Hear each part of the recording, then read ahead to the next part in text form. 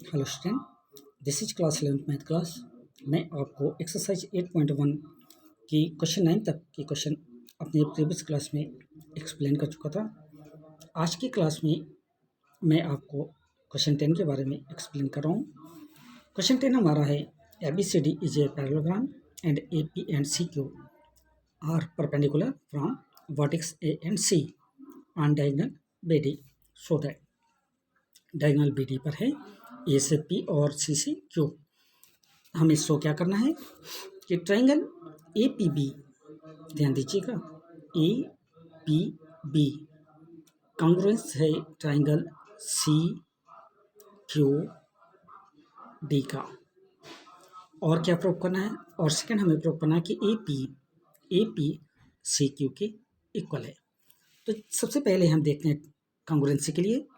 तो हमने जब देखा in triangle A P B and triangle C Q D, हमने पाया कि angle P is equal to angle Q, angle P is equal to angle Q है जो कि राइट एंगल फॉर्म कर रहा है यानी 90 डिग्री।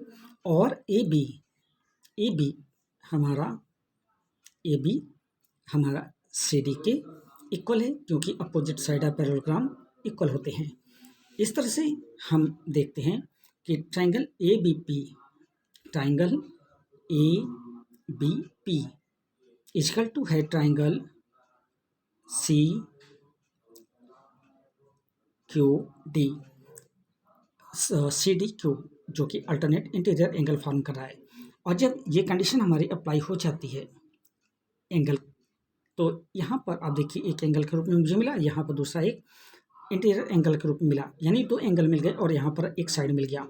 तो हमारा जो क्राइटेरिया बन के आया कॉन्ग्रुएंसी का वो होता है एंगल साइड की क्राइटेरिया। तो इस तरह से हम ये कह सकते हैं कि triangle A P B congruence है ट्राइंगल सी क्यू डी के। अब हम देखते हैं कि ए पी सी क्यू की इक्वल है, इसे प्रूव करने के लिए। तो हम पाते हैं कि from solution 1 it is clear that triangle A P B congruence triangle C Q D, then A P equal C Q by C P C D, ये हमारा होता है। अब हम आते हैं क्वेश्चन 11 पर, जो कि कहा गया है in triangle A B C and triangle D E F, A B है डी ई के इक्वल और ए बी पैरेलल है डी ई के, B C is equal to E F and B C parallel E F, vertex A, B and C are joining to vertex D, E and F respectively, so that quadrilateral ABCD is a parallelogram। तो जैसा कि कहा गया है कि AB is equal to DE and AB parallel DE, hence it is proved that ABCD is a parallelogram होता है, क्योंकि यहाँ पर ये साइड इक्वल है और साइड पैरेलल भी है। सेकंड जो कहा गया है quadrilateral B E F C is a parallelogram. तो जब इसको हम सॉल्व करते हैं तो हम देखते हैं कि बी सी पैरेलल है किसके, ई एफ के, और बी सी इक्वल किसके हैं, ई एफ के, यानी अपोजिट साइड ऑफ पैरेललोग्राम की। तो हम ये कह सकते हैं कि बी ई एफ सी एक पैरेललोग्राम होता है क्योंकि यहाँ हमारे अपोजिट साइड ऑफ पैरेललोग्राम और इक्वल का क्राइटेरिया अप्लाई करता है। तीसरा पार्ट जो कहा गया है कि A D parallel C F and A D is equal to C F. तो हमने ये देखा कि यहाँ पर A D is equal to B E and A D is equal to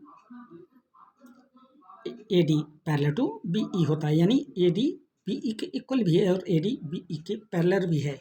और क्या हमें मिला कि बी ई सी एफ के इक्वल है, जो कि अपोजिट साइड ऑफ पैरेललोग्राम के क्राइटेरिया को फॉलो करता है। जैसी बात है B E parallel of C F हो गया। तो इस तरह से हम ये कह सकते हैं कि A D is equal to C F and A D parallel to C F, ये भी यहाँ पर प्रूव होता है। क्वेश्चन 11 का फोर्थ पार्ट है quadrilateral A C F D is parallelogram. यहाँ पर भी हमें ये ऑब्जर्व हमने किया कि A D is equal to C F and A D parallel to C F, क्यों, क्योंकि अपोजिट साइड ऑफ क्वाड्रिलेटरल। तो यहाँ पर ये प्रूफ होता है कि A C is equal to D F and so A C F D is हमारा पैरेललोग्राम बनता है।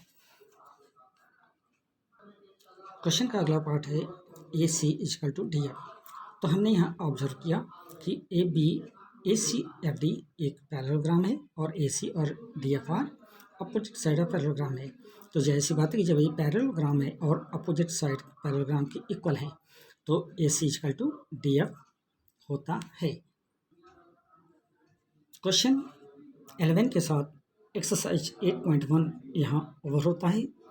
अपने अगले क्लास में मैं एक्सरसाइज 8.2 के साथ आपसे फिर मिलूँगा। तब तक के लिए थैंक यू वेरी मच।